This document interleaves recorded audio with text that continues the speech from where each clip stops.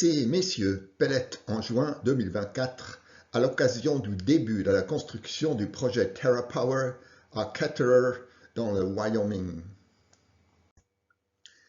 C'est Bill Gates qui est la force motrice de ce projet qui se distingue par deux caractéristiques principaux, un nouveau type de réacteur appelé Traveling Wave Reactor, réacteur à ondes progressives, ROP en français, à neutrons rapides, et l'adaptation à la demande d'électricité grâce à un réservoir de sel liquide.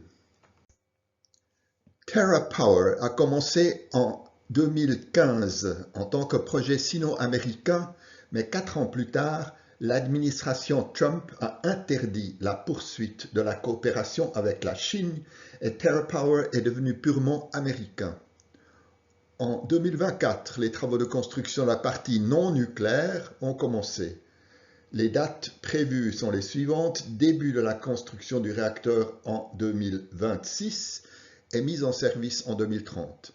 Financement à parité par 2 milliards de dollars de fonds publics et 2 milliards de dollars de fonds privés. Le tableau compare le réacteur à eau pressurisée classique REP et le réacteur à ondes progressives ROP.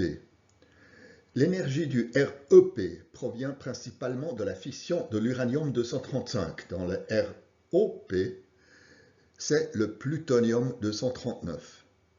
Le REP a besoin d'un modérateur pour ralentir les neutrons.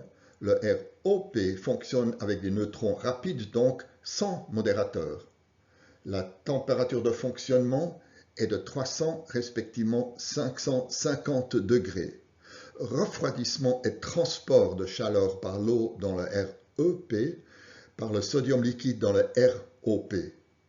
Le REP est sous pression de 115 bars, contrairement au ROP qui est à pression atmosphérique.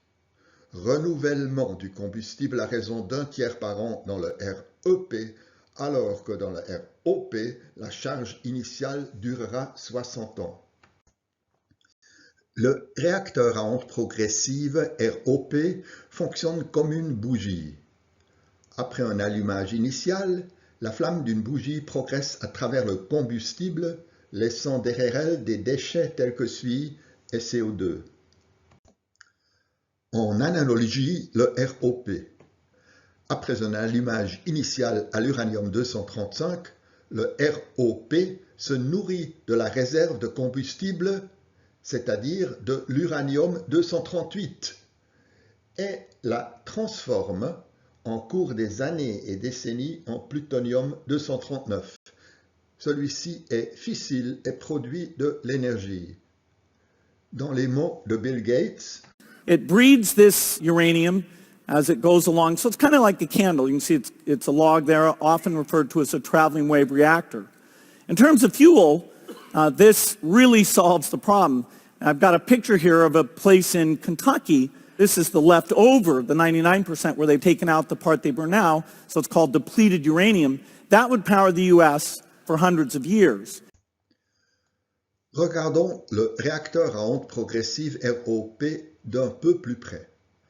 Le réacteur souterrain se trouve à l'intérieur d'une piscine de sodium liquide qui monte par convection du bas vers le haut et se réchauffe.